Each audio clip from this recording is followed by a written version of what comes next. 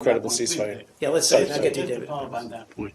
Now, Yes, just sir. to be clear, Yes, those areas that were affected yesterday are areas under the control of the regime, correct? And Tartus and Latakia and others, where we had almost 200 people killed, correct?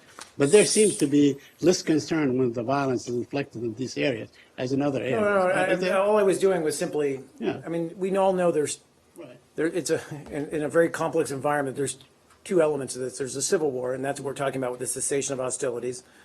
And then there's Daesh. Right. And the attacks yesterday on Jabla, as you note, and Latakia, that was Daesh. And Daesh has claimed responsibility for that. And we condemn that vehemently. Okay. But when something happens, let's say that comes from the regime area or friends of the regime and so on, no, you are very clear that you want some pressure put on. In this case, who do you call to put pressure on?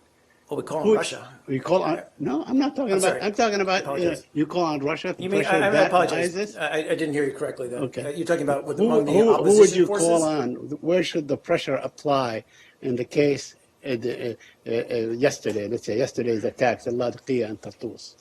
Where should the pressure? Well, that was Daesh, and we all recognize that's a common enemy, as I said. But I think if you're asking about when we see opposition elements engage in violations, and I'm not saying we see the vast number of violations on the part of the regime, but when we see we act accordingly. We do have a mechanism set up, and we, the United States, namely, but other members of the ISSG do apply pressure, do communicate to the opposition on the ground, and convey to them that they need to abide by the cessation.